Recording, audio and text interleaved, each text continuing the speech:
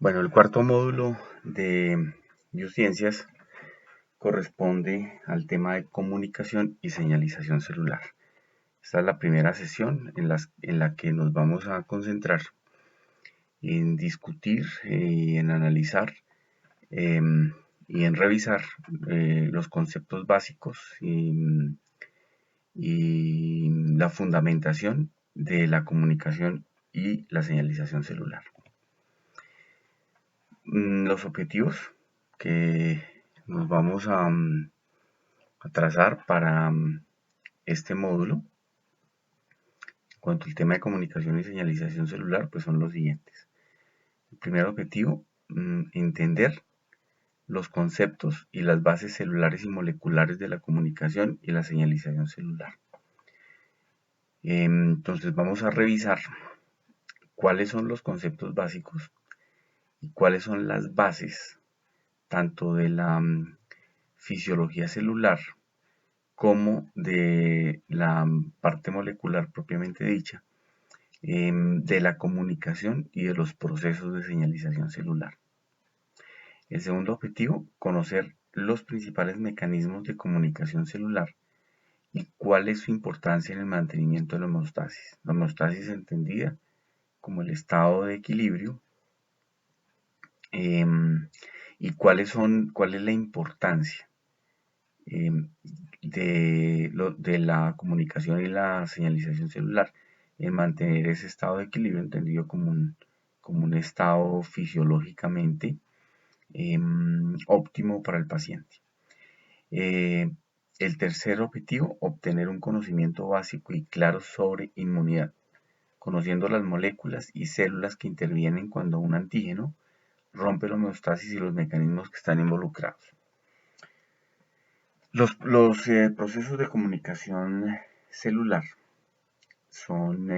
tienen su máxima expresión en tres sistemas que son muy importantes en el individuo. El primero es el sistema endocrino, el segundo es el sistema nervioso y el tercero es el sistema inmune.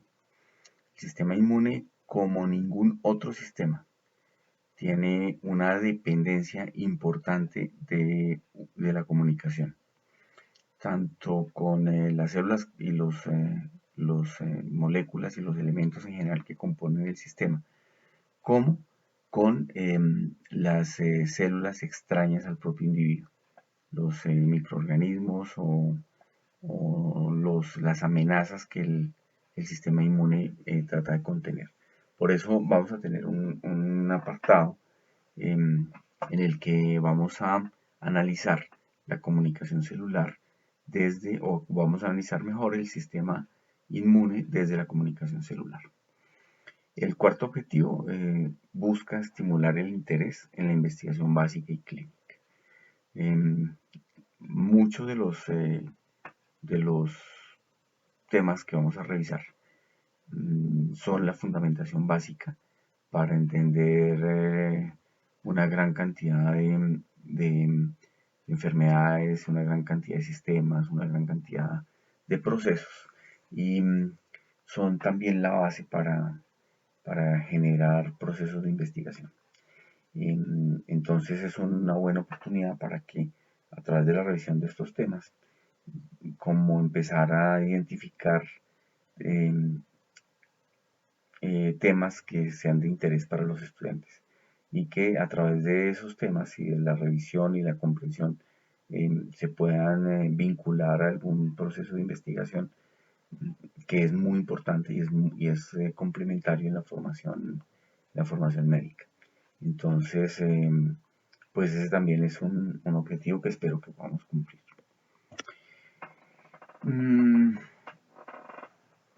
El tema de la comunicación celular no se encuentra, digamos, claramente descrito en un solo texto. Por eso hay que recurrir a una bibliografía que involucra varios textos y varios documentos para poder como construir los temas. Yo sugiero los textos que voy a mencionar acá.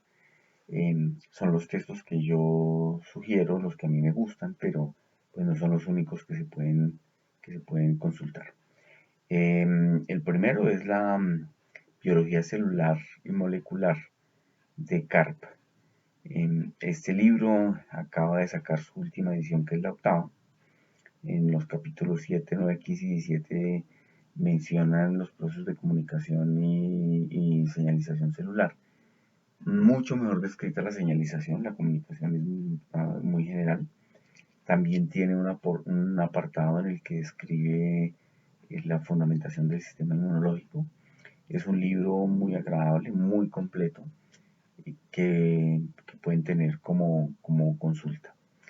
El otro libro, que es La célula, la de Cooper, en su sección 4 tiene mucho mejor descrito la señalización celular y todos los procesos. La comunicación celular tiene una descripción muy vaga, pero pues también es un libro que sirve para consultar. Un texto que es clásico, que es la biología celular de Alberts. En su parte 4 tiene escrito también procesos de señalización celular. Para la parte que tiene que ver ya con la revisión del sistema inmune, a mí el libro que más me gusta es el libro de Abbas, la inmunología celular y molecular de Abbas, que tiene una descripción muy importante, muy actualizada del sistema inmunológico. Es un poco molecular, entonces eso a veces dificulta y puede confundir un poco toda la parte molecular del libro. Pero pues es un libro que aguanta consulta en primer semestre, puede aguantar en segundo, en tercer semestre cuando hay inmunología también, y de ahí para adelante en patología, en microbiología, en medicina interna. Todos los temas inmunológicos están muy bien descritos en este libro. Entonces hay que, digamos, tomarse un poco más de tiempo para entenderlo, pero pues es un libro muy completo. Uno también que yo recomiendo es la inmunología de Pavón. Tiene una única edición del 2017. Es un libro también muy completo, tiene una descripción muy interesante de la mayoría de los temas. Está muy bien escrito, claro de entender, no tan molecular como Abbas, por eso es mucho más fácil, mucho más agradable leer. La mayoría de los temas están bastante completos, entonces es un libro que también recomiendo. Y uno de consulta, no lo recomiendo como un texto base, ni mucho menos, es un libro muy básico, muy incompleto en muchos temas, pero pues para, para aclarar conceptos básicos sirve. Digamos que para la profundidad en la que vamos a ver sistema inmunológico en primer semestre, pues es un libro que, que se puede usar, que es la inmunología de Rojas, pero a partir de la edición 17, no ediciones anteriores. En general, para los temas de inmunología, pues la mayoría de los libros son bastante buenos, la mayoría de los libros de inmunología. La recomendación que yo hago es que cualquier libro que quieran usar no sea anterior al 2015, que los libros de inmunología muy antiguos tienen conceptos que ya se han revaluado, la inmunología cambia bastante rápido y hay muchos conceptos que ya se han revaluado, otros muchas cosas que se van descubriendo poco a poco. Entonces, pues no es aconsejable consultar un libro, pues digamos, con más de 5 años de haber salido al mercado. Bien, también hay múltiples artículos, hay una buena cantidad de bibliografía disponible sobre todos estos temas. Bien, entonces para entrar ya a la descripción de la comunicación celular, pues nos vamos a plantear varias preguntas que vamos a ir resolviendo en el desarrollo de este curso. ¿Qué es la comunicación celular? Una pregunta que tenemos que responder.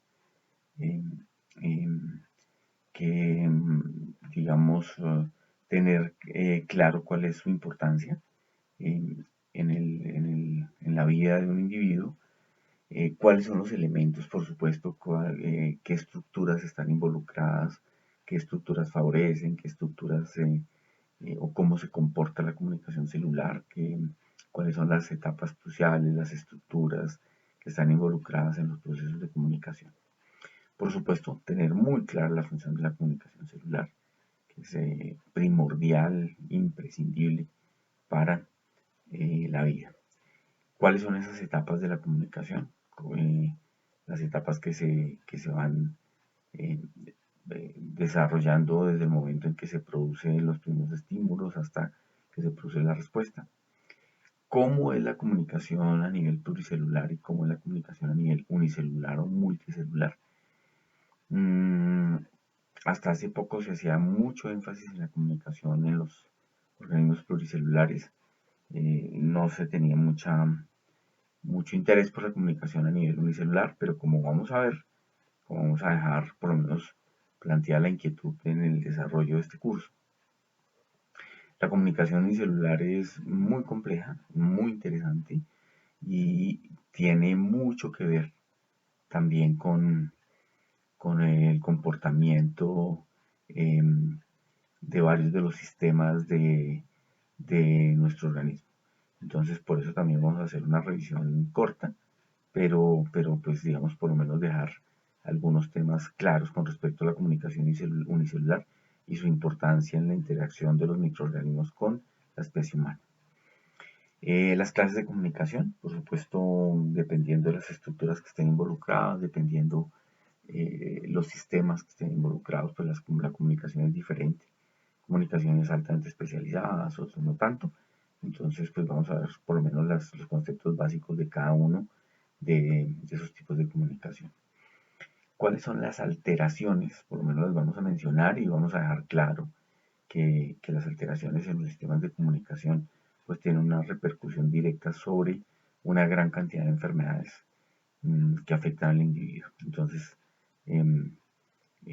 también, por supuesto, deja patente la importancia de la comunicación celular.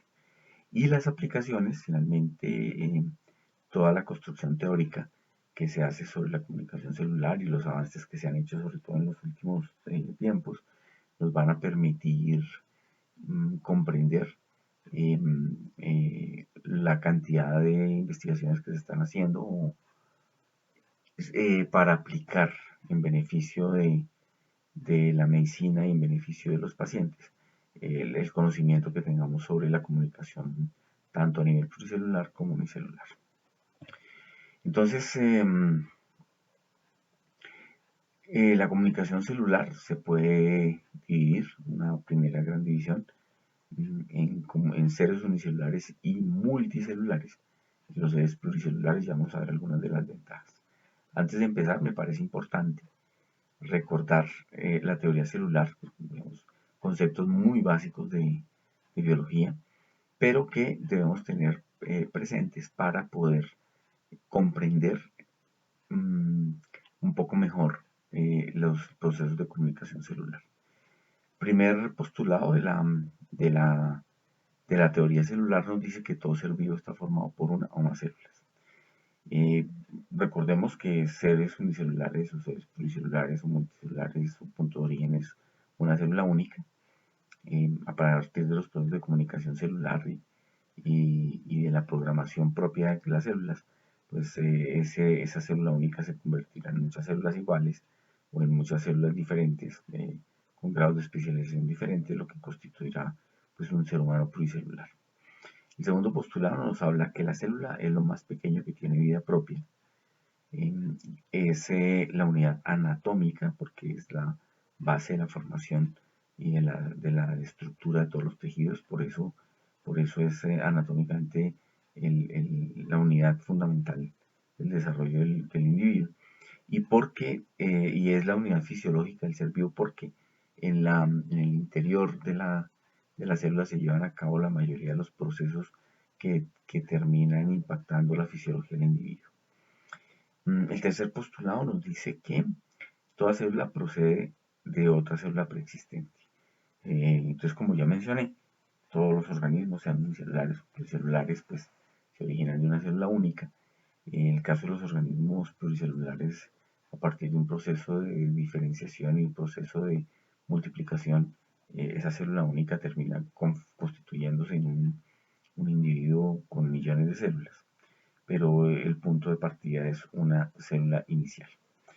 Y el cuarto postulado nos habla que el material hereditario pasa de la célula madre a las células hijas, con toda la información eh, pertinente para formar células, para formar más células, por supuesto, para formar tejidos, para especializar las células, para los mismos mecanismos de defensa. Entonces vamos a ver la importancia de este cuarto postulado.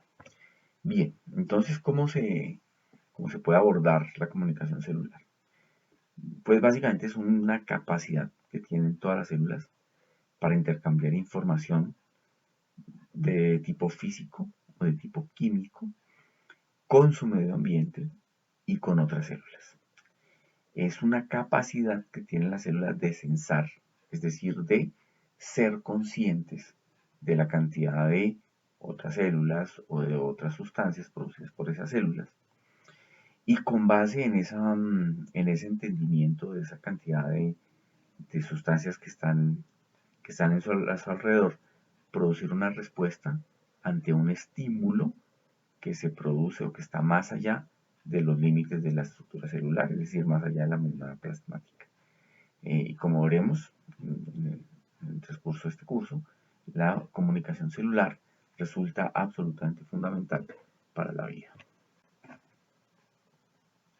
Entonces, la comunicación celular es un recurso que posibilita el funcionamiento de todas las formas de vida. Su función es, en términos generales, la adaptación. Adaptación a los cambios que existen en el medio que rodea a las células. Esa adaptación a esos cambios le va a permitir sobrevivir. Y ese proceso de adaptación finalmente es el que va a establecer los estados homeostáticos de la célula o del individuo. Es decir, los estados de equilibrio o los estados digamos, óptimos o deseables para una célula, un tejido, un órgano en general para el individuo. ¿Cómo se lleva a cabo esa función? A través de la coordinación de funciones locales. Local se refiere, por supuesto, a células y tejidos, o a través de la coordinación de sistemas de funciones sistémicas. Cuando se habla de sistémicas se está refiriendo ya a estructuras mucho más complejas como aparatos y sistemas, y también a través del control del ciclo reproductivo, producción y disminución de los procesos de división y diferenciación celular. Entonces es una manera de regular desde los procesos que están casi que a nivel molecular, pasando por un nivel subcelular, digamos que centrándose ya partiendo de un nivel celular propiamente dicho, hasta funciones especializadas a nivel de tejido, mucho más especializadas a nivel de órgano y finalmente sistemas. Y después que este individuo, que ya está totalmente formado, sigue necesitando la comunicación celular para mantener su propio organismo y para poderse adaptar al entorno, a todos los estímulos que va a tener el entorno y poder adaptar su fisiología en general al medio que lo rodea.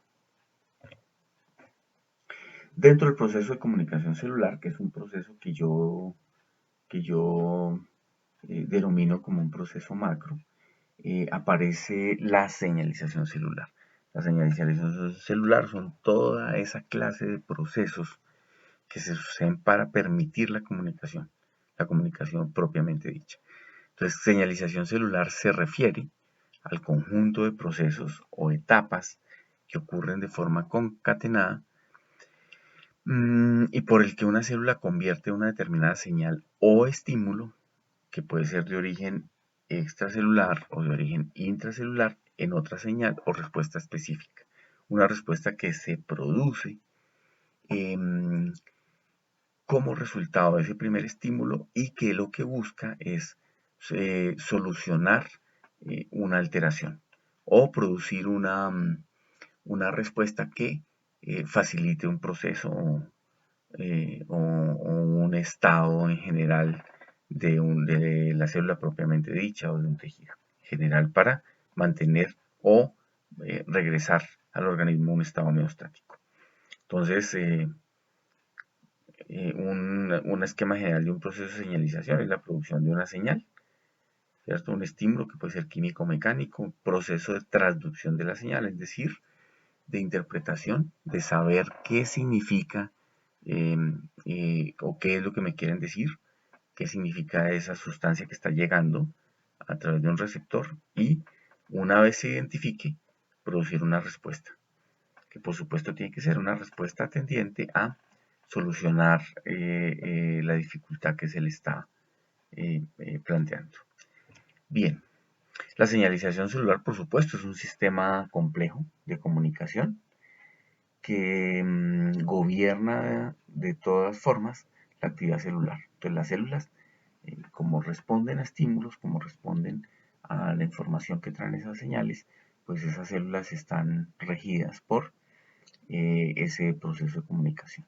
La señalización celular es clave tanto para organismos unicelulares como para organismos multicelulares como para organismos pluricelulares, para su supervivencia y su desarrollo. En organismos superiores, que son los organismos pluricelulares, que están formados por múltiples tejidos, por diferentes órganos, por muchos aparatos y finalmente por sistemas, el grado de complejidad y la necesidad de coordinación es mucho mayor. Por lo tanto, la comunicación y su instrumento, la señalización celular, son muchísimo más críticos para mantener la estabilidad de ese organismo complejo. Esa señalización celular, por supuesto, tiene dos versiones. Una versión intracelular, que es todos los mecanismos y todas las funciones que se desarrollan en el interior de la célula. Y esa es la intracelular. Y la parte intercelular es todo el proceso que se sucede desde el momento en que la célula genera un estímulo, que es una señal, hasta el momento en que la célula objetivo lo recibe, lo entiende y produce una respuesta. Bien, las alteraciones en los procesos de señalización celular, por supuesto, produce alteración en la homeostasis y la aparición de diferentes procesos patológicos. Bien, la comunicación es posible a través de ¿qué? Moléculas. ¿En dónde están esas moléculas? Pueden estar libres en el fluido extracelular, sustancias que están moviéndose, flotando libremente, pueden estar adheridas o embebidas o formando parte en la matriz extracelular o pueden estar unidas a la superficie de células vecinas, es decir, en el tejido adyacente. ¿Y de qué naturaleza son? Diferente, dependiendo del proceso del que estemos hablando, pero en general pues hay muchas proteínas que participan en los procesos de comunicación celular, hay muchos péptidos, hay muchos aminoácidos, nucleótidos, esteroides, lípidos y también hay comunicación a través de gases. En general, un sistema de comunicación, estemos hablando biológico o estemos hablando de otra área, pues tiene unos elementos que son los mismos. Un emisor, que es quien se encarga de generar o de formar o de otorgar las propiedades a la señal, o sea, le da la información que esa señal va a comunicar. La señal propiamente dicha, que es el elemento, es la sustancia que va a transmitir la información y que tiene un medio adecuado por el que puede difundirse. ¿Y cuál es ese medio? Torrente circulatorio, puede ir a través de la sangre, puede ir a través del sistema inmune, a través de la circulación por el sistema linfático, puede difundirse a través de los tejidos. Depende del tipo de comunicación, puede ser a través de señales eléctricas, en fin. Y por supuesto el receptor, un receptor que es la estructura a la que está dirigida la información, que tiene que tener una estructura muy especializada que reciba, que sea capaz de captar esa señal, de recibirla, de saber qué es lo que esa señal dice y transmitirla hacia donde se tiene que producir la respuesta para se tiene que producir la respuesta para esa información que está llegando. Entonces, pues una célula produce un mensaje. Ese mensaje puede ser de diferentes naturalezas dependiendo. En una célula puede llegar un mensaje de supervivencia que le dice a la célula que, aunque su ciclo de vida genéticamente ya está predeterminado y ya llegó a su fin, el sistema necesita una mayor continuidad de esa célula, y entonces es una señal de supervivencia, que es que la célula viva más del tiempo para el que estaba programada. Puede llegar una señal que sea todo lo contrario, que esa célula representa una amenaza para el sistema, entonces la señal que va a llegar es una señal que induce a la célula a entrar en apoptosis, así su ciclo de vida no se haya cumplido. Puede ser una señal que le indique a la célula que debe empezar a diferenciarse, entonces es la señal que le llega a la célula hematopoyética, que está en la médula ósea, y que le dice que tiene que dejar de ser una célula totipotente y empezar a adquirir o a expresar los marcadores moleculares para que a través de su proceso de diferenciación termine convirtiéndose, por ejemplo, en un linfocito. O puede ser una señal que le indica a la célula que es el momento en que tiene que empezar a reproducirse. Por ejemplo, en el caso de una pérdida importante de tejido, se producen estas señales para que las células empiecen a diferenciarse y a reproducirse para poder restituir el tejido a su estado normal. El receptor, como ya dijimos, se encarga de recibir la señal. Entonces hay células que tienen receptores específicos para determinada señal. Hay señales que producen efectos diferentes en diferentes células de acuerdo a su maquinaria. Y esa maquinaria es la que va a determinar el tipo de respuesta. El tipo de respuesta que la célula va a dar a esa información que recibió. Entonces esos son como en general esos elementos que forman parte del sistema de comunicación. ¿Qué es información? Pues depende de lo que estemos hablando, pero en términos generales es transmitir señales mediante un código común al emisor y al receptor, es decir, tenemos que hablar el mismo idioma. La información me la tienen que transmitir con las mismas características para que yo entienda exactamente lo mismo que el emisor quiso decir. En el caso de los sistemas biológicos, la información se considera una propiedad intrínseca de ciertos biopolímeros, como por ejemplo los ácidos nucleicos, y que se origina o que tiene su origen en la secuencia de unidades que lo componen. Entonces, la manera como esas unidades se organizan es como se van a interpretar la información que lleva. Es decir, cómo se forma una palabra, pues de acuerdo al orden de las unidades que componen la palabra, las diferentes letras. Cómo se forma un mensaje que le diga a la célula que tiene que hacer algo, pues depende cómo esos elementos, esos biopolímeros se van ordenando para finalmente formar un mensaje que la célula pueda entender. Los sistemas de comunicación, por supuesto, son sistemas de transferencia de información que utilizan determinados códigos y normas que definen el lenguaje, es decir, establecen un lenguaje común. Y este lenguaje es usado como medio de comunicación en un sistema biológico. Las moléculas informativas deben ser polímeros. Esos polímeros están formados por unidades o monómeros. En este caso, el polímero sería la palabra y los monómeros serían las letras.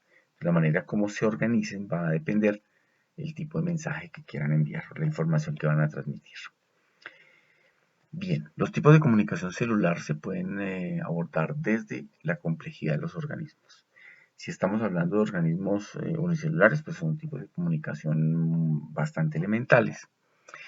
Inicialmente, hasta hace muy poco tiempo, se pensaba que esa comunicación se limitaba a estímulos de tipo físico y químico, es decir, que los organismos unicelulares respondían, por ejemplo, a la alteración en el pH del medio en el que viven. Entonces, si el pH se altera, la célula se cambia de lugar porque la señal le dice que su viabilidad se ve en peligro porque él no sabe o no funciona muy bien a determinado pH. Lo mismo pasa con la temperatura, lo mismo pasa con la concentración de iones de sal, por ejemplo. Lo que se ha averiguado en los últimos años, quizás los últimos 10 años, es que la comunicación entre seres unicelulares es mucho más compleja de lo que se pensaba y que va mucho más allá simplemente de un estímulo de tipo físico o de tipo químico. Y por eso pues vamos a dedicarle unos minutos a revisar el tema de la comunicación en organismos unicelulares. En cualquier caso, en términos generales, aunque estrictamente no lo sea, pero en términos generales ese tipo de comunicación unicelular se considera como autónomo, o sea, de la célula con ella misma, pero como vamos a ver, la evidencia de las investigaciones en los últimos años nos dicen que no es tan así. En el caso de la comunicación en los organismos multicelulares, por supuesto que es una comunicación muy, muy compleja, de hecho, diferentes formas y diferentes medios de comunicación. Se basa en que las células se entienden a través de un código común y que tienen estructuras especializadas para captar los mensajes. Las estructuras especializadas se denominan receptores. Están ubicadas en diferentes partes de la estructura celular, como vamos a ver. Hay varios tipos de comunicación en organismos, en este tipo de organismos pluricelulares. Una, por ejemplo, es el contacto celular con un ligando soluble, es decir, la célula que capta a través de su receptor específico una molécula que llega para transmitir una información. Contacto celular con ligando fijo, que es cuando la célula establece contacto con otra célula, por ejemplo, en un tejido, y los tipos de unión le permiten intercambiar información a través del intercambio de sustancias. Cuando hay, por ejemplo, eh, uniones impermeables, uniones permeables que permiten el paso selectivo de diferentes sustancias. Y el otro es el contacto celular con ligando en la matriz, es decir, cómo se establece la unión entre una célula y la matriz que forma o que es la base de la formación del tejido, la base estructural, y cómo entre ese tipo de estructura como es la célula y el tipo de estructura como es la matriz, también hay un intercambio de información a través del intercambio de sustancias. Este sí, en general, en todos los casos, es un tipo de comunicación regulado, por supuesto, cuando ahí estamos hablando de condiciones normales. Cuando hay condiciones anormales, por ejemplo, en el caso de que se presente un cáncer, pues por supuesto ya no es un tipo de comunicación regulado porque ese tejido deja de obedecer en general las órdenes del organismo. Bien, los unicelulares entonces, ¿cuáles son?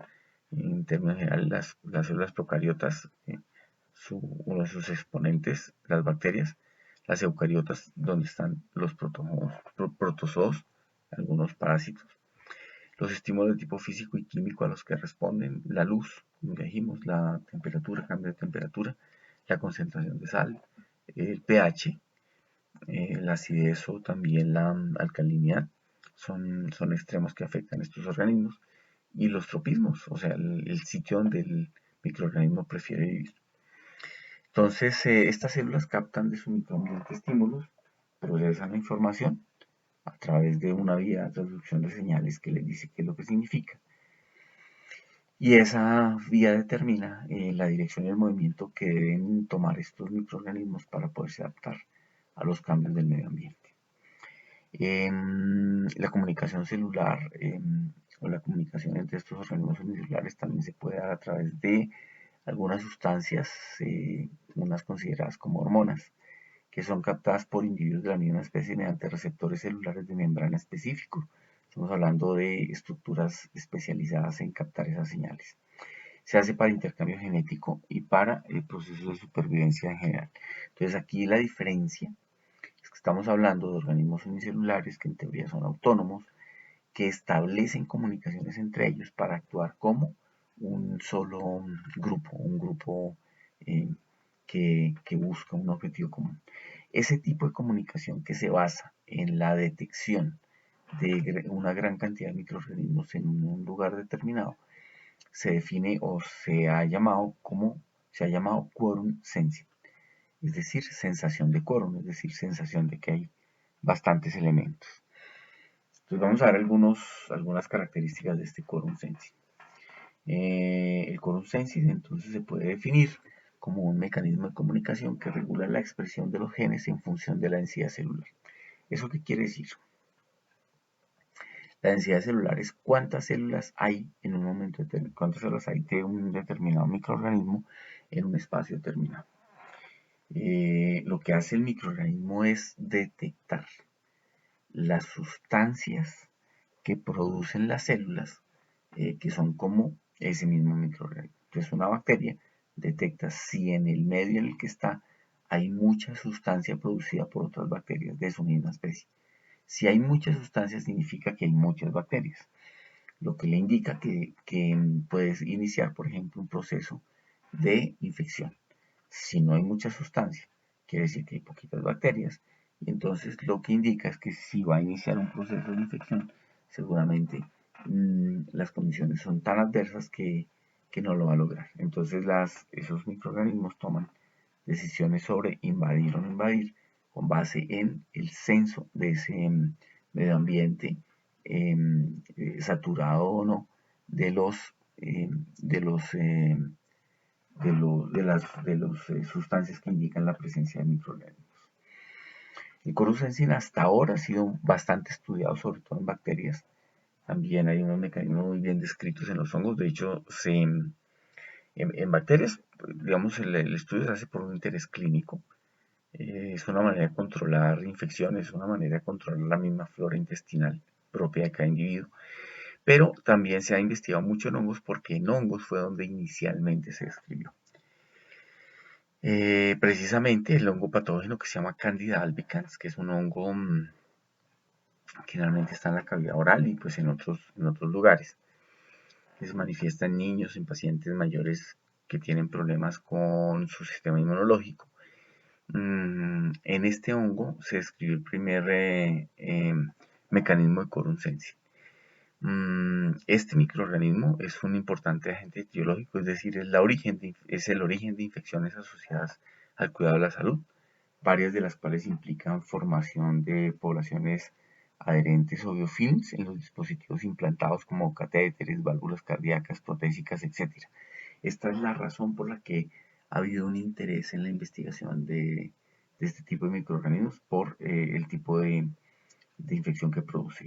Lo que quiere decir es que estos organismos lo que establecen son colonias completas que forman estructuras que los protegen, por ejemplo, de los antibióticos, por ejemplo, de los desinfectantes, y les permiten permanecer alrededor de un paciente al que se le ha implantado alrededor de un catéter que se ha implantado en un paciente, o pues digamos que son responsables de muchas de las infecciones nosocomiales, es decir, las que se producen en los hospitales.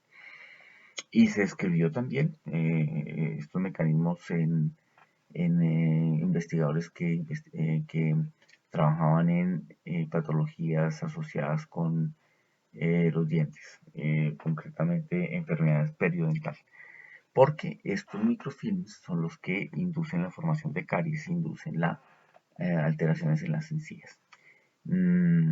Los malos lavados de dientes tienden a permitir que se produzcan este tipo de formaciones. Bien, esta cándida tiene la capacidad de cambiar su morfología. Se puede presentar como una levadura, que es una forma biológica de este tipo de microorganismos. Se puede presentar como hifa también. Y dependiendo cómo se presente, será un organismo, digamos, relativamente eh, y, digamos, no peligroso, o será un organismo definitivamente virulento, es decir, con capacidad de infectar y de producir alteraciones en la morfología o en la fisiología celular. El quorum sensing Entonces es un mecanismo de regulación de la actividad de una colonia de microorganismos que depende de la acumulación en el medio ambiente, es decir, en el medio donde están esos microorganismos, de una molécula señal. Esa molécula señal es la molécula que producen todos esos microorganismos, que se denomina autoinductor. Y le permite a un organismo, o sea, a un cúmulo de microorganismos, sentir la densidad de la población que existe. Entonces, como les dije, es una forma de tomar decisiones. Entonces, un buen ejemplo es la bacteria que se va a vivir en las amígdalas. No produce sintomatología porque cuando la bacteria llega en pocas cantidades, entonces no tiene, digamos, como la fuerza suficiente para inducir una invasión. Entonces, ese paciente, por ejemplo, sufre un choque térmico, está acalorado y sale el frío.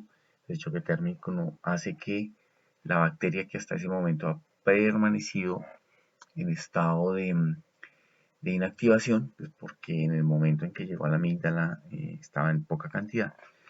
En el momento en que se produce ese choque térmico, la bacteria se va a activar. Esa activación hace que empiece a censar. Si en el censo encuentra que hay una gran cantidad de microorganismos, pues entonces va a empezar el proceso de invasión y es cuando las personas empiezan a sentir sintomatología. En el caso del ejemplo de la bacteria en las amígdalas, pues la sintomatología que va a aparecer es que empieza a producirse una amigdalitis. Bien, si la bacteria llegara a encontrar que no hay una cantidad suficiente, entonces pues simplemente volvería a su estado de inactividad. Los autoinductores entonces son, o se pueden definir porque actúan, o se definen o se llaman así porque actúan sobre la misma célula que los lidera. Son capaces de encadenar la expresión genética en toda la población, provocando una respuesta global, que es a la que me refiero con ese proceso infeccioso, por ejemplo, o simplemente irse de un lugar. La concentración del autoinductor está determinada o será determinante, lo que va a determinar el inicio del quórum censi. A mayor densidad de población, más individuos. Si hay más individuos, hay más sustancia, más autoinductor y eso es lo que va a producir la modificación en la expresión de los genes, es decir, va a hacer que el microorganismo empiece a multiplicar o se empiece a mover o empiece a llamar a otros para que se empiecen a acumular en el lugar en el que ese microorganismo originalmente está. Bien.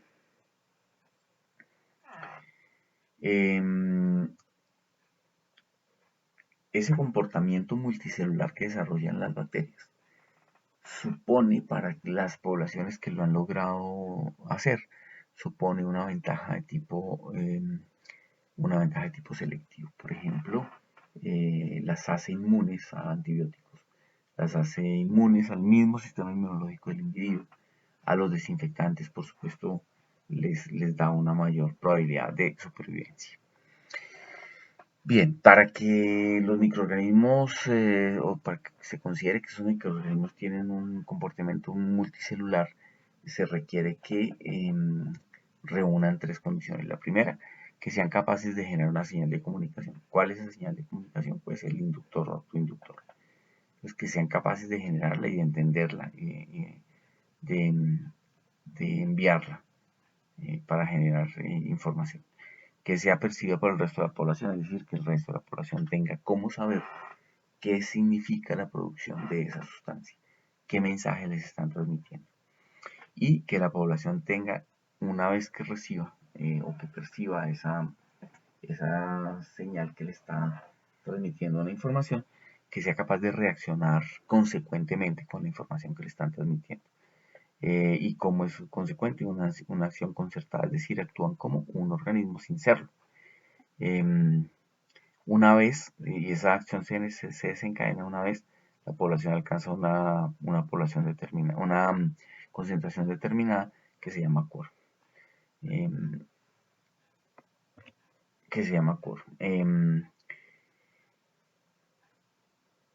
¿Qué tipo de quórum censin hay? Pues eso va a depender de la molécula inductora, del tipo de microorganismo, del lugar en el que esté. Los tipos de respuesta que se van a producir.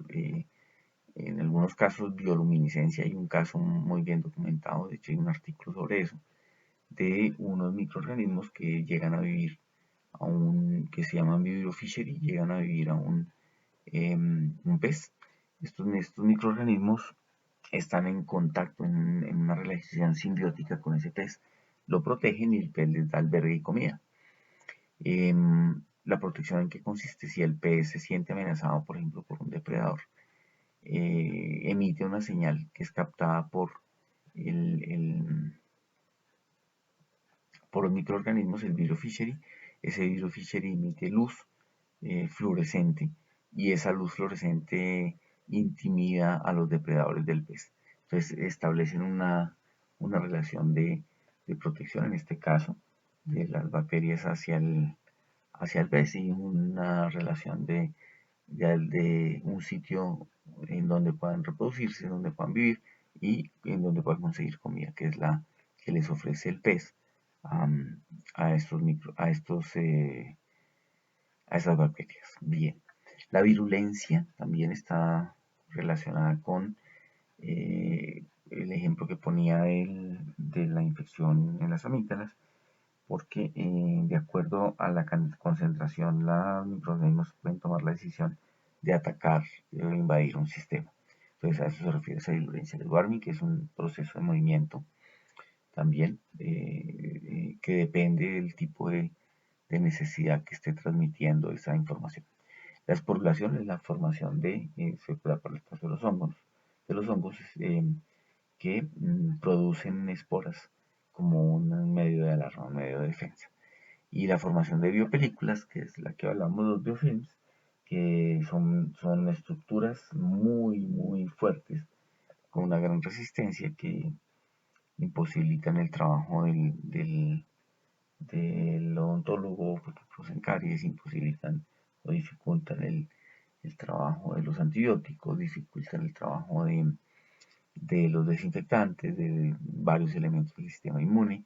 En fin, estas biopelículas generalmente terminan produciendo eh,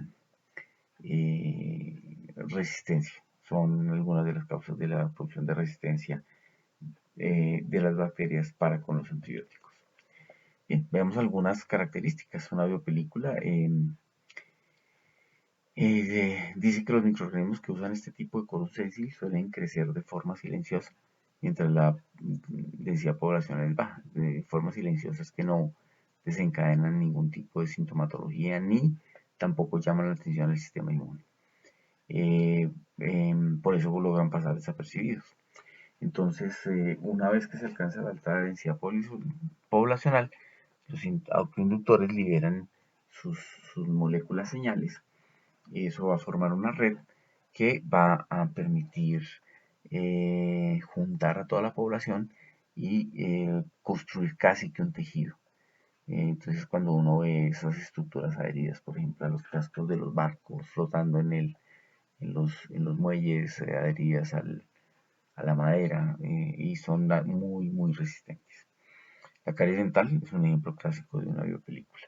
Estas biopelículas causan más o menos el 80% de las enfermedades infecciosas y son 1000 veces más resistentes a los antibióticos que cuando están en su forma libre, precisamente por la inducción de resistencia al medicamento.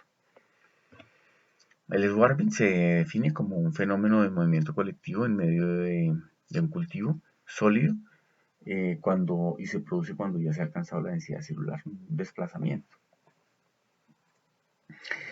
Eh, También es una forma como las bacterias pueden eludir la acción de los antibióticos.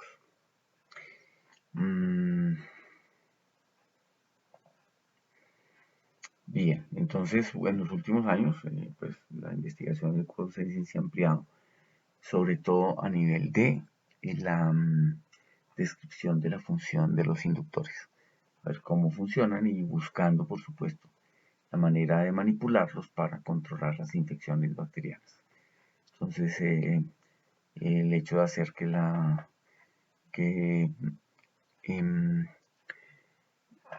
sí, digamos, a través del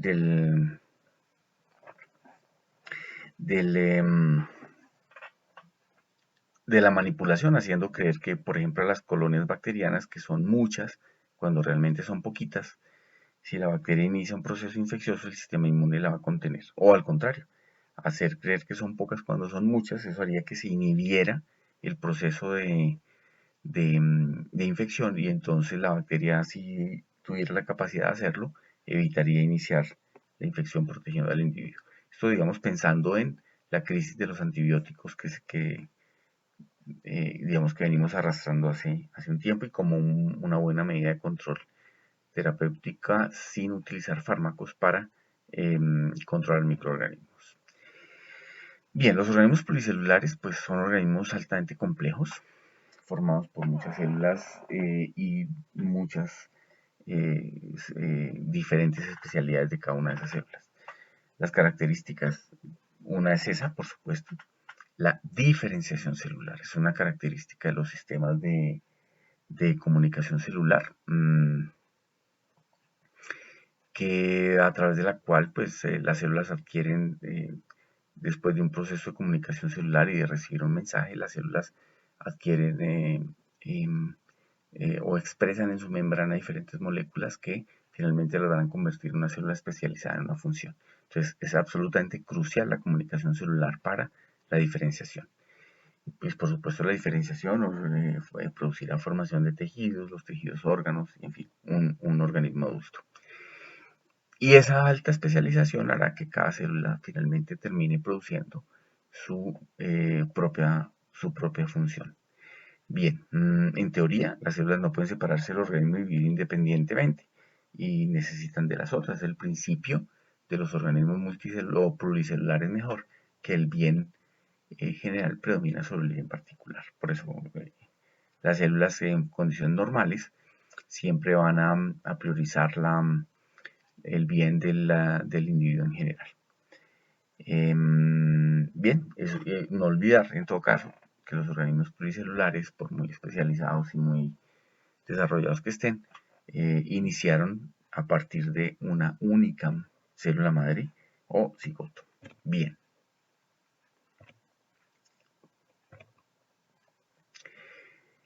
¿Qué factores regulan esa proliferación y esa diferenciación celular? Entonces, son señales que van a determinar o van a estar em, regulando esos procesos, porque pues un proceso de diferenciación celular incontrolado, pues, obviamente va a producir un inicio de una neoplasia. La información genética, como bueno, los factores reguladores se dividen entre señales endógenas y señales exógenas. Las señales endógenas vienen de la misma célula. La primera es la información genética. Ahí está la memoria celular, o sea, la experiencia aprendida de la especie transmitida de generación en generación. Dice otra información que la célula debe obedecer. Los relojes internos también están en el material genético, que le indica a la célula cuántas veces hay que dividirse. Esa es la que le pone el freno a las células para que después de determinados ciclos de división celular, esas células terminen eh, induciendo apoptosis. Y por supuesto, esos relojes internos tienen que ver con, o tienen su expresión también a través de la longitud telomérica. Las señales exógenas son las que vienen de fuera de la célula. El microambiente, donde está la célula, se da generalmente a través de moléculas solubles. Ahí entran las hormonas, los factores de crecimiento y las citocinas. O también a través de la información que pasa entre tejidos especializados en células que están unidas unas con otras. Entonces es el tipo de adhesión célula-célula, adhesión impermeable que permite, permeable que permite el intercambio de sustancias con información. Este es un ejemplo, por ahora lo tengo o lo traje acá solo como un ejemplo de un proceso de diferenciación celular, cómo la comunicación celular actúa sobre una primera célula madre totipotencial. Esa información puede hacer que esta célula se diferencie a línea linfoide o se diferencie a línea mieloide. Esta célula tiene la capacidad de diferenciarse a cualquier tipo de línea.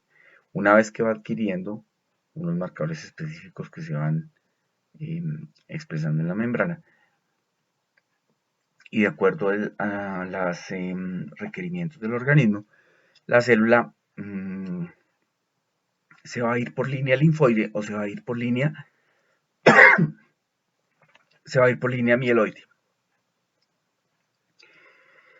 Si la célula se diferencia por línea linfoide, va a terminar formando linfocitos. Los linfocitos T o los linfocitos B o las células NK. Si la información de la célula hace que esa célula se diferencie por línea mieloide, lo que va a terminar formando son todos los mielocitos, entre los que están el neutrófilo, los macrófagos, los monocitos, el eosinófilo y los basófilos y pues en general las células de la línea mieloide. También por esa línea se forman los hematíes o glóbulos rojos que no son células del sistema inmunológico y se forman también las plaquetas. Entonces, este es un excelente ejemplo, por ahora solo lo vamos a tener así, luego vamos en función de la descripción del sistema inmunológico, lo vamos a describir con todas sus funciones, pero eso sería ya a partir de un poco más adelante. Bien, definiciones básicas de los sistemas de comunicación celular. ¿Qué es una señal? Entonces se define como una molécula que transmite información con la que se coordina una respuesta celular o molecular junto con otras células y o con moléculas del organismo. Esa señal puede ser una señal grande, de gran tamaño, como una proteína, puede ser muy pequeña, como un neurotransmisor, puede tener una característica hidrofílica, pues en ese caso proteínas y aminoácidos, o hidrofóbica, como las hormonas esteroideas o los retinoides. Otro concepto básico importante que hay que considerar es qué es una cascada de señalización. Entonces, una cascada de señalización es una serie de digamos, o es el resultado de la unión del ligando al receptor que induce la activación de enzimas que dan origen a reacciones intracelulares concatenadas. Entonces, una serie de reacciones que se producen en el interior de la célula después que llega la señal.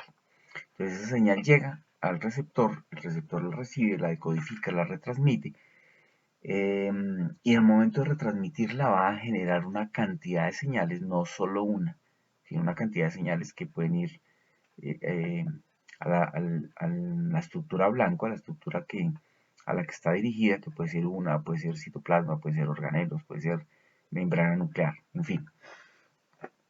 Se forma una cascada, por eso se llama cascada de señalización, que eso es ya, digamos, el proceso de comunicación dentro de la célula.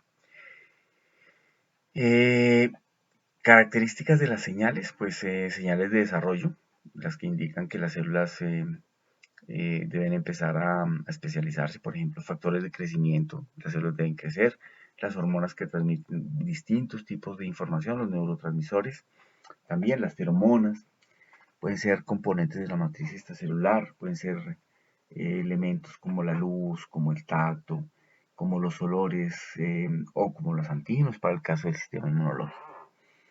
En general, algo que caracteriza a los sistemas de comunicación es que hay una gran cantidad de señales.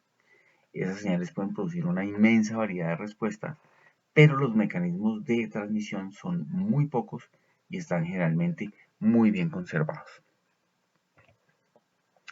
Bien, entonces dijimos al comienzo que dentro de esos elementos que forman un proceso de comunicación celular, uno de los más importantes es que la célula a la que debe llegar la información debe tener una estructura especializada en recibir esa información que es la señal. Esas estructuras especializadas son los receptores. En este caso podemos ver acá en este dibujito.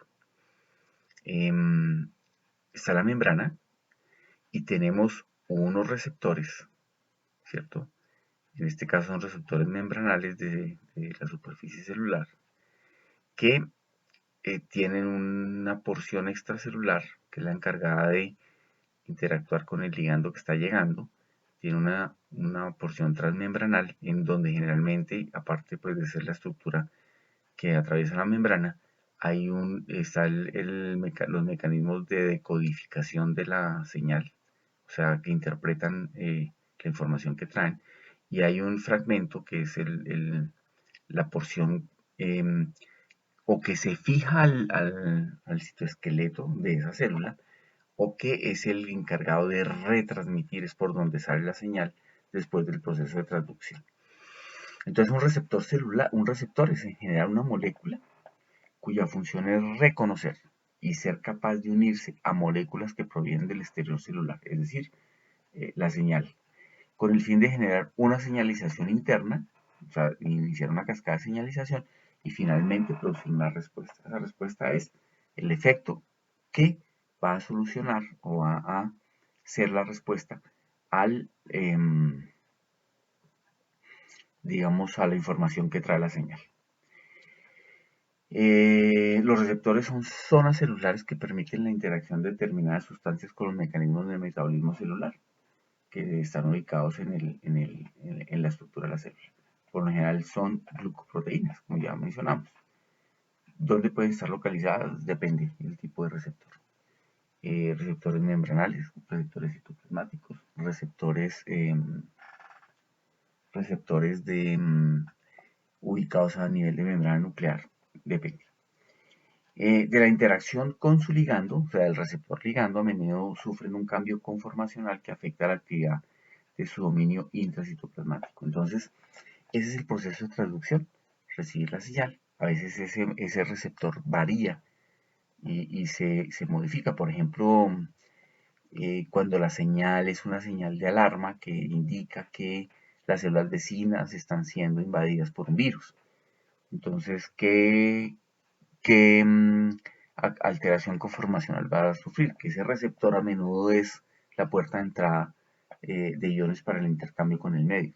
Pues simplemente cierran el conducto para que no se vaya a colar nada, en este caso los virus. Entonces eso implica un cambio en la conformación del receptor.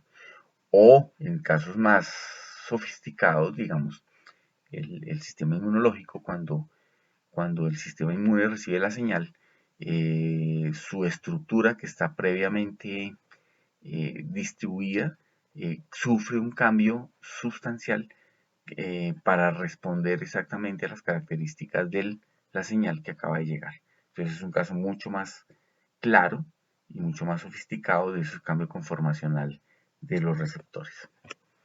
Bien, dentro de los conceptos clave tenemos que mencionar a las hormonas.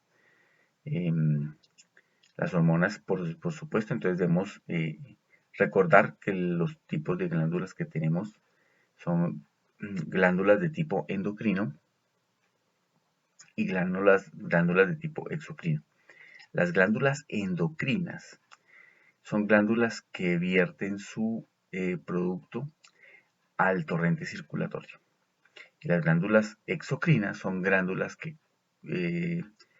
secretan su producto afuera, digamos como las glándulas sebáceas, como las glándulas sudoríparas. Entonces, en este caso nos referimos a las hormonas que son el producto de las glándulas de tipo endocrino. Y esas hormonas constituyen la base de la comunicación endocrina. Entonces activan diversos mecanismos y ponen en funcionamiento diversos órganos del cuerpo. Como vamos a ver, son absolutamente fundamentales. Dentro de esas sustancias también existen las citocinas o citoquinas. Muy, muy importantes. Son fundamentales en el sistema inmunológico y en las relaciones entre el sistema inmunológico con el sistema endocrino, por ejemplo. Las citocinas son proteínas, su función es coordinar la respuesta del sistema inmune, reclutando o inhibiendo las funciones de células específicas, por ejemplo las células dendríticas, por ejemplo los neutrófilos, regulando la proliferación y la diferenciación celular, activando o inhibiendo la expresión de algunos genes. Las citocinas ni más ni menos que son los inductores, por ejemplo, de los procesos inflamatorios. Uno de los mecanismos más dependientes comunicación celular y uno de los mecanismos claves en la restauración de la homeostasis en un individuo.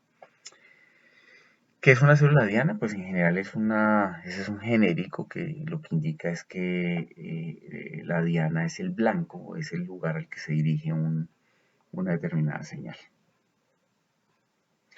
Entonces hay muchas células en el cuerpo que actúan como células diana, siendo blanco de hormonas específicas y algunas tienen receptores para varios tipos de hormonas. Esa es una característica de los receptores que pueden interactuar con diferentes señales. Los mensajeros pueden ser un primer mensajero, un mensajero extracelular o segundo mensajero. Los primeros mensajeros son las señales que se originan de la célula emisora a la célula receptor. Y el segundo mensajero se define como toda molécula que transduce señales extracelulares corriente abajo en la célula, es decir, en la parte interna de la célula, hasta inducir un cambio fisiológico o un efector. Por ejemplo, una quinasa o un factor de transcripción, o sea, es la parte interna de la señal. Es el segundo mensajero el que se reconfigura una vez la señal ha llegado al receptor, el receptor la ha sometido al proceso de traducción y ha emitido una segunda señal, ahí tenemos un segundo mensajero. Bien, diferentes sustancias hacen parte de estos dos grupos. Dentro de los primeros mensajeros ya mencionamos las proteínas, la hormona del crecimiento es un ejemplo. Dentro de los péptidos, la hormona antidiurética. Dentro de los aminoácidos, el GABA y derivados con la tirosina. Dentro de los ácidos grasos, las prostaglandinas, por ejemplo, muy importantes. Dentro de los esteroides, las hormonas sexuales y dentro de los gases, el óxido nítrico y en general el óxido nítrico. El segundo mensajero, pues se pueden encontrar diferentes también. Tenemos nucleótidos como el AMP y el GNP cíclico, productos de degradación de fosfolípidos como el inositol trifosfato y varios iones como el magnesio y el calcio. Son como varios de las clases de mensajeros que existen, tanto de primeros mensajeros como de segundos mensajeros. Como ya dijimos, dentro de las interacciones entre el receptor y las señales, pues hay receptores que son específicos para una señal y establecen un tipo de relación muy fuerte ese receptor y esa señal. Cuando estamos hablando de ese tipo de uniones, estamos hablando de una interacción entre receptor y ligando. O sea, el ligando es una molécula específica que interactúa con un receptor, o sea, una molécula específica de cada tipo de célula. Bien, este es un cuadrito, simplemente es un ejemplo. Está aquí como un ejemplo de varias moléculas señalizadoras, en dónde se originan, cuál naturaleza química tienen y qué producen. Entonces tenemos diferentes casos como el estradiol, por ejemplo, que se produce en el ovario, que es un esteroide y que induce mantención de caracteres sexuales secundarios femeninos. Uno muy importante, la insulina, donde se produce es la beta del páncreas. ¿Qué tipo de naturaleza es ese mensajero? Es una proteína. ¿Y qué va a hacer? Estimular la captación de glucosa y síntesis de proteínas y de lípidos, por ejemplo, en las células hepáticas. Entonces, este cuadrito es simplemente un ejemplo. Y este también, simplemente un ejemplo. Bien, ¿cuáles son las propiedades de un sistema de señalización biológico? Bueno, entonces aquí tenemos varias, unas que son muy importantes. Primero es la especificidad. La molécula señal se acopla al sitio de unión de su receptor complementario y no a otros. La especificidad es la complementariedad que existe entre un receptor y su ligando. Entonces tenemos receptores que no son tan específicos, que son capaces de reconocer diferentes señales, pero no son tan específicos de esa señal. Hasta receptores que son absoluta y totalmente específicos de la señal. Entonces, dentro de estos segundos, ¿no? de estos últimos, están los receptores de las células inmunológicas, por ejemplo. Un receptor de un linfocito T, o un mejor ejemplo, un receptor de una inmunoglobulina o de un linfocito B, es un receptor que altera su conformación estructural para ser absolutamente complementario de su señal, que en este caso es un antígeno. Y se vuelve cada vez más y más y más específico hasta que es absolutamente casi que una copia o una figura espejo de su señal. Entonces hay una altísima especificidad. Otra propiedad es la amplificación. Entonces la amplificación se da luego de la detección de la señal por la molécula receptora que produce un segundo mensajero que incrementa geométricamente la cascada de señalización. Entonces es lo que hablamos hace un momento. La señal llega, el receptor lo capta, el receptor lo transduce y el momento de la transducción lo que hace es amplificar, ya no es una señal la que va a salir de ahí, van a salir muchas señales con la misma comunicación a diferentes estructuras. La otra propiedad es la desensibilización, ¿cierto? Que está relacionada con la adaptación. Entonces, la adaptación del receptor pone en marcha un circuito de retroalimentación que desconecta al receptor o lo elimina de la superficie de la célula. Entonces, una manera de revertir las uniones entre antígenos y anticuerpos. Esas uniones son, o cuando existen esas uniones, se da el estado de sensibilización. Por lo tanto, revertirlo es el proceso de desensibilización en la unión entre ese receptor y su respectiva molécula. Esa es señalización. Y por último, dentro de estas propiedades está la integración. Entonces se presentan dos señales con información opuesta para una determinada función con respecto a una característica metabólica. Entonces el resultado viene de la información integrada de ambos receptores. Es decir, el receptor no responde a la señal A y a la señal B por aparte, hace una mezcla y de acuerdo a esa mezcla produce una respuesta. Bien, hay muchas formas en que las células se comunican, ya eso es lo que vamos a ver más adelante cuando veamos las clases de comunicación celular. Entonces se puede dar por contacto entre célula y célula, por ejemplo, formación de tejidos y transferencia de información a través de esos tejidos. A través de proteínas, a través de hormonas, por ejemplo, la comunicación endocrina, señales eléctricas y químicas, estamos hablando de comunicación nerviosa. Bien, desde el punto de vista fisiológico, las respuestas que se producen después de un proceso de comunicación celular, pues se dividen como en tres grupos. Respuestas de tipo excitatorio, estamos hablando de contracción muscular y procesos inflamatorios. La inflamación sobre todo es un proceso increíblemente dependiente, es un proceso que produce una muy alta excitación en el tejido, porque un proceso inflamatorio lo que hace es reclutar una cantidad de células y moléculas para cumplir una función. O sea, el tejido se encuentra en un estado de altísima excitación. También puede ser inhibitorias, por ejemplo, para hablar de la inflamación, cuando el proceso de inflamación ya cumple su objetivo, pues entonces se producen una serie de sustancias que lo que van a hacer es desactivar todos esos mecanismos que se han activado y ese es un proceso de tipo eminentemente inhibitorio. Y también respuestas de tipo modulador como las funciones de aprendizaje y de memoria. Ya vimos las fases de la comunicación, una fase intercelular, por fuera de las células, entre una célula originaria y una célula receptora, y una fase intracelular que es dentro de la célula que recibió el mensaje, después de que se decodificó y se retransmitió ese trayecto que hace el mensaje dentro de la célula, para ir a buscar, por ejemplo, su organelo blanco o su receptor en la membrana del núcleo. Ese es el proceso que se denomina intracelular. Bien, ¿cuáles son los principios básicos de la comunicación y la señalización celular? Pues uno que es muy importante.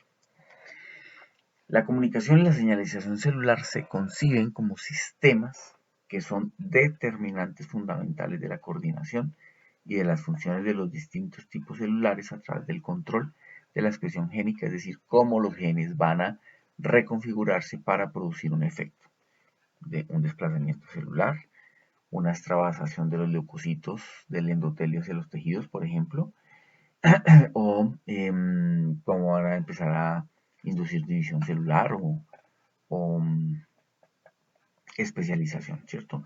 Y esa expresión génica, por supuesto, tiene un impacto directo sobre la formación de las proteínas, que es lo que le va a dar finalmente la característica a la célula. Un segundo principio nos habla del control, controlan todos los aspectos de la expresión de los RNAs, por la misma razón del control de las proteínas. Más del 20%, un tercer principio, de los genes del genoma humano codifican proteínas implicadas en la transducción de señales. Es un montón, es un montón. Un porcentaje muy importante están involucrados en ese tipo de proceso de decodificar señales. Otro principio básico es que la alteración de estos sistemas explica o son la base del origen de múltiples patologías. Por ejemplo, la diabetes, claramente un problema de comunicación y de recepción de la comunicación en las células. El cáncer, ni hablar. Lo primero que hace una célula cancerosa es cerrar sus canales de comunicación, no aceptar ningún tipo de orden de información que venga en esas moléculas. Entonces, porque la célula igual lo que hace es comunicarse, establecer sus sistemas de comunicación con ella misma, con las células que se van formando a partir de una célula original. Enfermedades cardiovasculares, por ejemplo, enfermedades con defectos en la conducción eléctrica. Enfermedades inflamatorias, por supuesto. La inflamación es altamente dependiente de la comunicación. Y las enfermedades neurodegenerativas, que es una pérdida de plasticidad celular que evita que la información se comunique adecuadamente.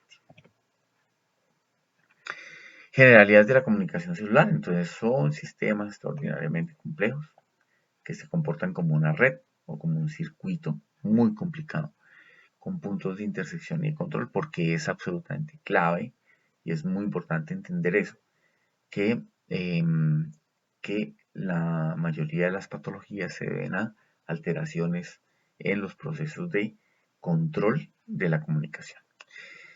Son sistemas en cascada, o sea, concatenados, con etapas secuenciales, una activa a la otra, es a la siguiente, a la siguiente, a la siguiente. Hay un proceso de detección de un mensajero por un receptor y un proceso de traducción o de transformación de esa señal extracelular en una intracelular. Otra generalidad, la diseminación de las señales intracelulares, es decir, a partir de una primera decodificación en el receptor de la membrana celular, se generan los segundos mensajeros y estos interactúan con proteínas efectoras, lo que permite regular procesos celulares básicos y funciones fisiológicas integradas dependiendo el blanco final. Muy importante que funcionen de manera transitoria y controlada, no se puede quedar un estímulo permanentemente sin control, sin desactivarse porque es el comienzo de los problemas. Por eso las células tienen sistemas de terminación y adaptación e integración que permiten activación y desactivación controlada, así como interconexión, precisamente para prevenir que se entren en procesos patológicos complicados. ¿Cuáles son las condiciones que debe haber para la comunicación celular? Una primera condición, las células deben contar con sistemas de detección. ¿Cómo se llaman esos sistemas de detección? Receptores. ¿Para qué son? Para responder a las condiciones, a la información que la señal le trae. Esos sistemas de detección deben dar una señal interna para que se sintetice o produzca la molécula mensajera que se debe enviar a otras células. Entonces, si yo recibo esa señal y, y esa señal va para otras células, entonces necesito tener un receptor, necesito tener un sistema de transducción, necesito tener una forma de volver a emitir la señal para que siga pasando de célula en célula. Otra condición, se inicia la síntesis de sustancia en el interior de la célula gracias a la existencia de enzimas y materiales adecuados. Porque la señal llegó a una célula, esa célula interpretó, esa célula tiene la maquinaria y es capaz de producir lo que se está necesitando. La sustancia debe movilizarse, es otra condición, hacia la membrana y luego expulsarse al exterior por un sistema especial y ahí es cuando se produce la deshabilitación de este tipo de este tipo de sustancia. Otra condición, la célula receptora de tener moléculas en su superficie para detectar la presencia de esta sustancia o mensaje. O sea, los receptores de la célula que finalmente es el blanco del mensaje. También debe tener un sistema de interpretación o su propio sistema de traducción de señales. Y luego tener la maquinaria suficiente para modificar su conducta. La maquinaria es que las células especializadas tienen la maquinaria. Si la orden llega a una célula del páncreas para que produzca tripsina, pues tiene la maquinaria para producir tripsina. Si esa orden llega a una célula diferente que no tenga la maquinaria, pues le va a quedar muy difícil hacerlo. Finalmente, una vez captado el mensaje o señal, la célula receptora debe tener la capacidad de destruirlo y evitar que continúe modificando indefinidamente su conducta, que es lo que pasa con un cáncer. ¿Cómo se elimina? Pues fácil, hay como tres vías. Una es la metabolización de la sustancia dentro de la célula, la otra es la expulsión de la sustancia de la célula y que se metabolice fuera de la célula, y la otra es la reconfiguración de esa sustancia para reenviarla que interactúe con otras células.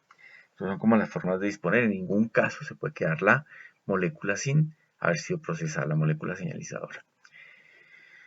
Bien, dentro de la comunicación celular, pues ¿cuál es la función? La función es adaptarse a los cambios que existen en el medio que le rodea para sobrevivir a esos cambios gracias al fenómeno de la homeostasis. A eso se dedica la comunicación celular. A captar alteraciones, a transmitir las alteraciones, a captar necesidades, a transmitirlas, a hacer que las células reciban esa información, a hacer que las células actúen de acuerdo a esa información, que los mecanismos actúen para corregir o para fabricar lo que se necesite y mantener la célula en constante equilibrio homeostático. Entonces, algunas cositas de la homeostasis. La homeostasis se define como un término griego que alude a la tendencia de un cuerpo a mantener el equilibrio fisiológico a través de la compensación de su química, ¿cierto? Entonces, si yo tengo una deficiencia eh, de tripsina, entonces, ¿cómo la compenso? Pues induciendo producción de tripsina por las células accionarias del páncreas. La homeostasis es una propiedad de un sistema que define su nivel de respuesta y de adaptación al contexto. Un organismo siempre está en un proceso homeostático, entonces un buen ejemplo es el individuo que viene del nivel del mar a 2.800 metros que tiene Bogotá, a la altura de Bogotá, tiene que inducir un montón de mecanismos homeostáticos para poderse adaptar. Uno de esos, la manera como sus glóbulos rojos captan el oxígeno, porque la concentración de oxígeno es diferente aquí que su lugar de origen. Y así sucesivamente. Si empieza a ser un clima muy frío, entonces la adaptación a ese. Si empieza un clima muy caliente, la adaptación a ese clima.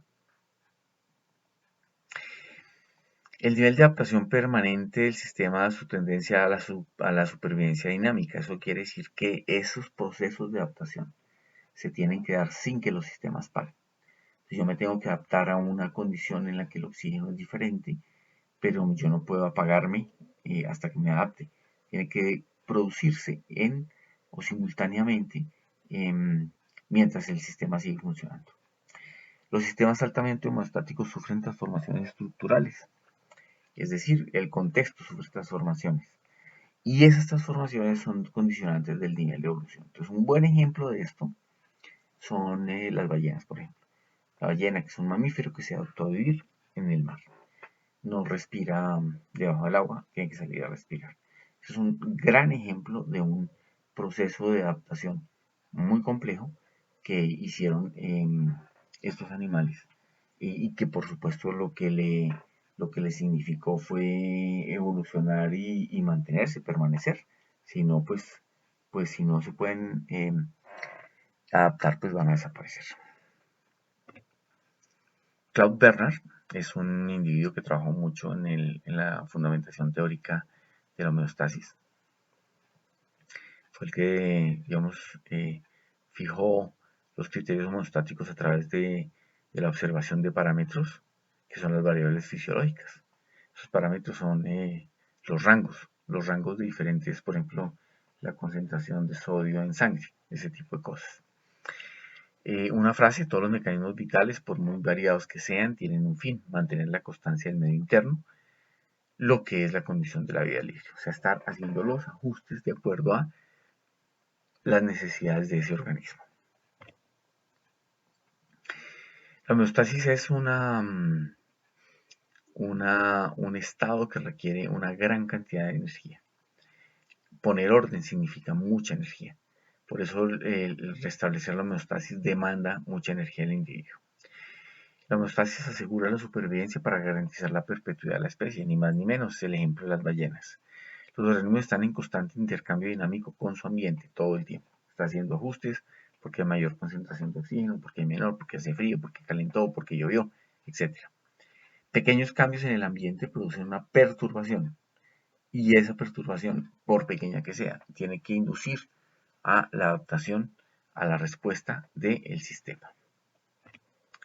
Bien, la homeostasis se entiende como la constancia de un medio interno o un frente a las variaciones del medio externo. Si el medio externo se calienta, el medio interno tiene que permanecer. Si el medio externo se enfría, el medio interno tiene que permanecer. Si no, la sobrevivencia del individuo pues estaría comprometida. El medio interno se relaciona con la complejidad de los seres vivos y con la posibilidad de la vida libre e independiente.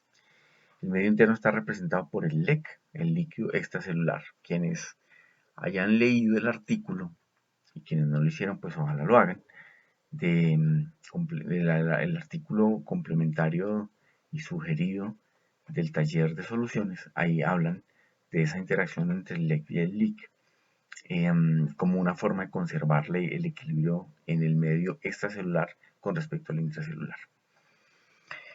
Bien, entonces el medio está representado por el LEC, el medio interno que rodea las células, con una composición estable que permite los intercambios metabólicos y la comunicación celular. Más o menos el 60% del peso corporal es agua, 40% es LIC y 20% es LEC. De LEC, un 80% es líquido intersticial, un 20% plasma y en menor proporción líquido cefalorraquídeo y linfa. El líquido intersticial o tisular debe mantenerse constante, para lo cual se requiere la ayuda del sistema circulatorio, que es el que trae las sustancias y los nutrientes que se necesitan. Existe un equilibrio entre el volumen de líquido que sale del capilar arterial y el que vuelve por los capilares venosos. Es una manera de mantener los tejidos en un estado de hidratación sin que se presente un edema. ¿Cuáles son las propiedades de la homeostasis? Uno, la importancia del sistema nervioso y endocrino en el mantenimiento de los mecanismos de regulación y del inmunológico, por supuesto. Entonces, estos mecanismos son los que involucran, digamos, la cantidad de alteraciones que puede tener el sistema. Bien, nivel tónico de actividad. ¿Qué es el nivel tónico de actividad? Es un rango, o se establece a través de un rango que define dentro de, o son unos rangos dentro de los cuales se pueden mover unas variables. Me explico.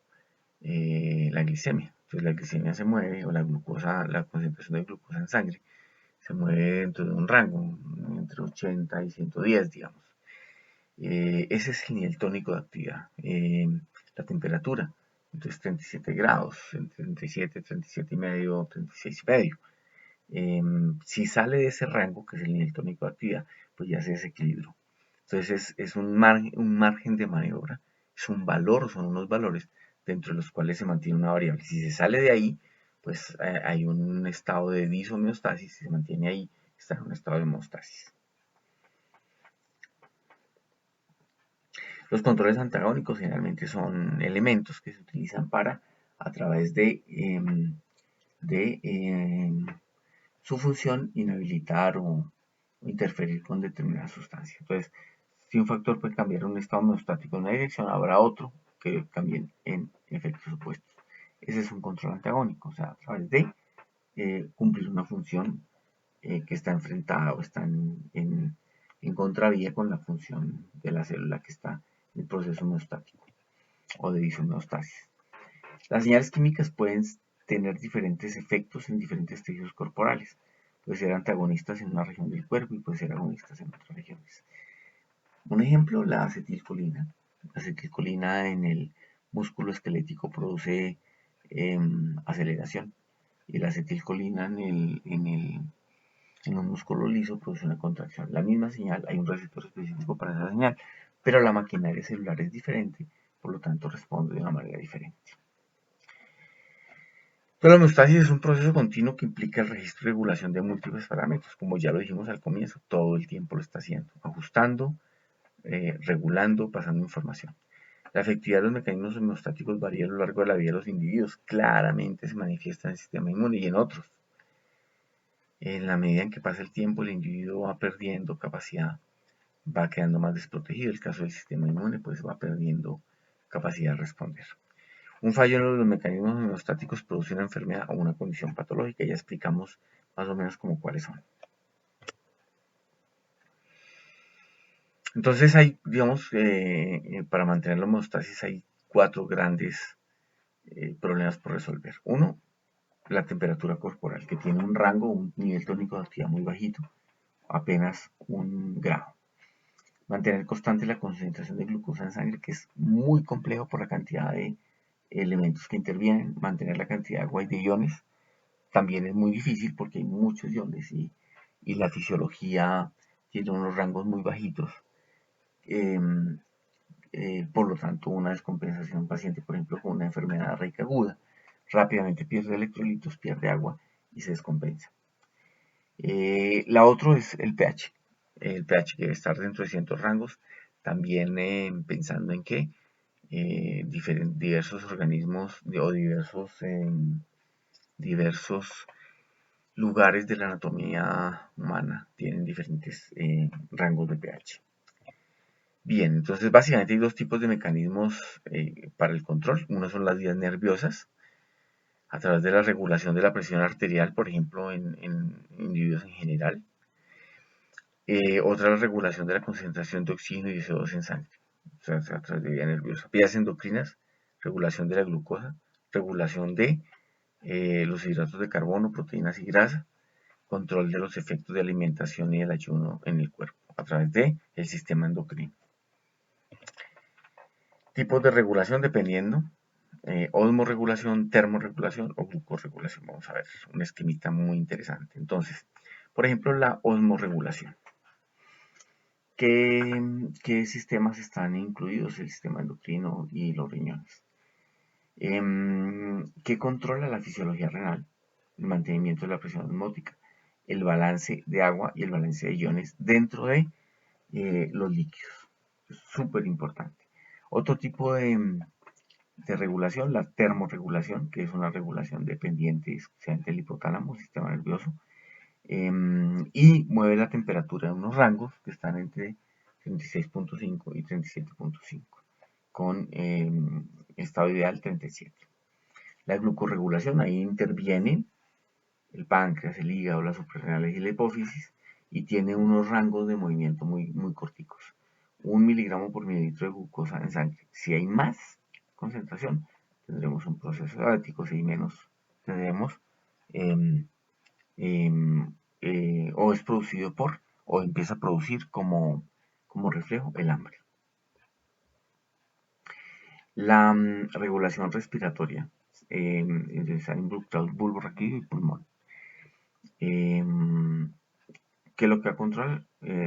Oxígeno a través de la respiración celular, concentración de CO2 a través del pH sanguíneo. Bien, como dijimos, el mantenimiento de glucosa en sangre es supremamente complejo. Es un evento que invita a la interacción de 6 hormonas, la insulina por un lado, la hormona del crecimiento, el glucagón, los glucocorticoides, la adrenalina y la tirosina. Muy, muy complejo. Un sistema de control que tiene, pues más o menos lo que tiene un sistema de comunicación celular en general. Un receptor que hace un monitoreo, ¿cierto? Es un sensor que detecta alteraciones en el medio, alteraciones en la temperatura, en la concentración de humedad, incluso detecta saturación de partículas, cosas así. Y un receptor que indica una respuesta a esos estímulos, o sea, el elemento que va a hacer el cambio a través de una variable controlada. El centro de control, que es el que recibe la información, determina el punto de ajuste, es decir, el nivel tónico, lo que se debe hacer para recuperar ese nivel tónico de actividad, o sea, ese rango en el que se debe desarrollar. Recibe la información desde el receptor y determina qué respuestas se deben dar para cumplir con ese requerimiento. Y el efector recibe esa información que salió del centro de control, proporciona los medios para responder, o sea, la maquinaria celular, y produce la respuesta. A través de la reducción, por ejemplo, de una sustancia, lo que sería un feedback negativo, o aumentando el estímulo, lo que sería un feedback tipo positivo. Bien, finalmente, los mecanismos reguladores tienen diferentes niveles. Entonces, primero se manejan las alteraciones a nivel local. Si el sistema es desbordado y no logra restituir la homeostasis, se pasa a un nivel regional, y si no, sistema se pasa a un nivel central. Entonces, a nivel local, ¿qué hay? Hay básicamente tres mecanismos: el espacio, a través del control del espacio intersticial, a través del control de funciones metabólicas y líquidos, y a través del control del índice mitótico. Entonces, veamos un ejemplo. Espacio intersticial, las respuestas generalmente son vasculares, por ejemplo, un aumento de la demanda por vasodilatación o una disminución de la demanda por vasoconstricción. Un ejemplo en el que se suceden los dos: un individuo que se siente amenazado, digamos que viene por la calle, siente que lo van a atacar, entonces produciría una gran vasodilatación en miembros superiores e inferiores, prepararse para correr, y una vasoconstricción, una disminución de la circulación a nivel de plexo solar, donde está el abdomen, a nivel incluso de la cabeza. Por eso tiende a tener dificultad para pensar en una condición de máximo estrés. Otro mecanismo local, las acciones metabólicas en líquidos corporales, la regulación de electrolitos y demás. Y a nivel del índice mitótico se puede producir una atrofia cuando los componentes y el número de células disminuyen, por ejemplo en el dedo pequeño del pie, que se está atrofiando por la disminución gradual del número de células. La hipertrofia aumenta el número de componentes porque aumenta la demanda. Entonces, por ejemplo, los callos que se van formando en la mano cuando se realizan actividades o se utilizan elementos que normalmente no.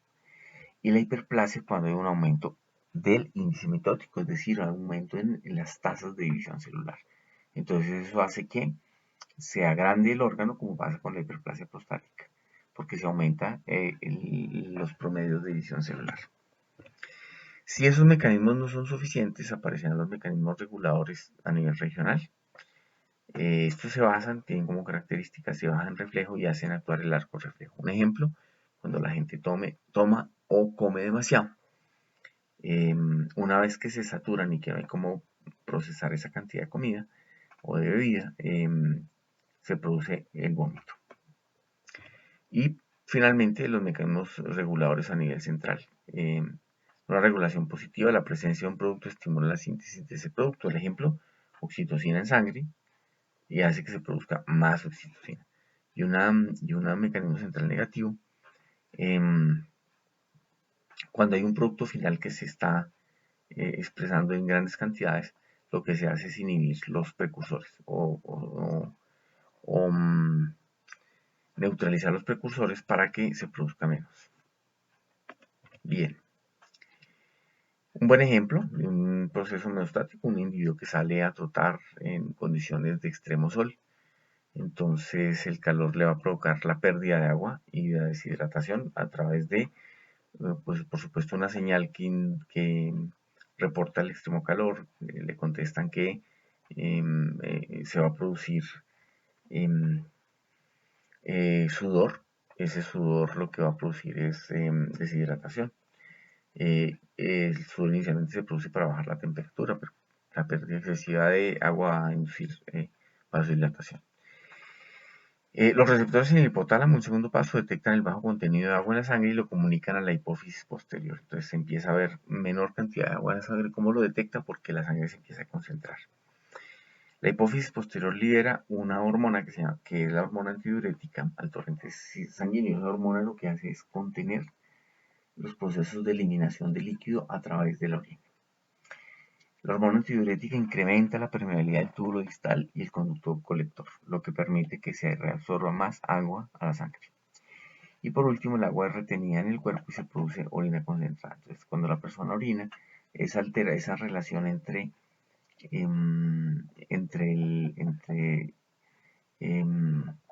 esa relación entre esa sustancia o esa solución que es la orina, donde hay un soluto que es las sales y los cristales y lo que está en la orina, y un solvente que es el agua, se altera. Entonces, al disminuir drásticamente el agua, se va, en términos porcentuales, se va a notar mucho más la cantidad de orina,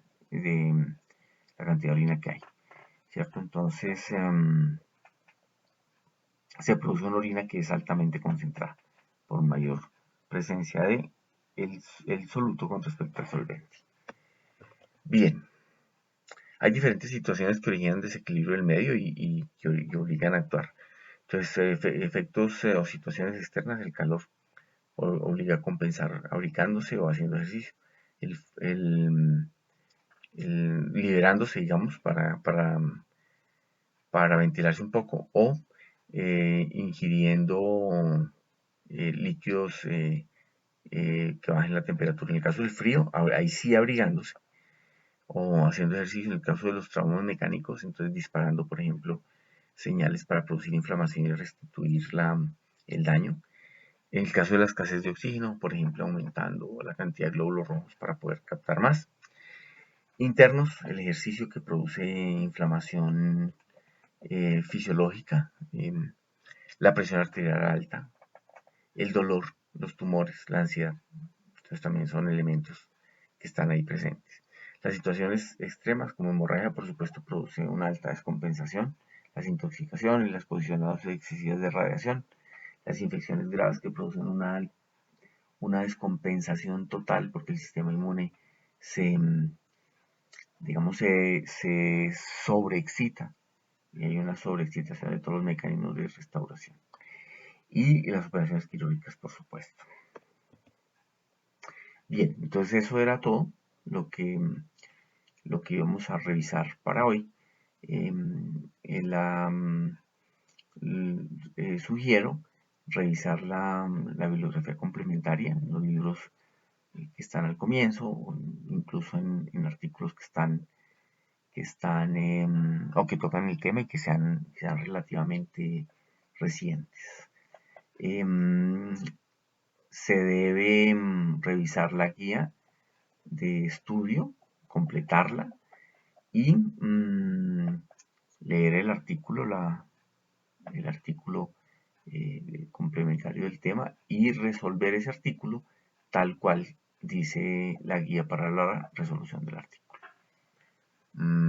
Bueno, muchas gracias por la atención.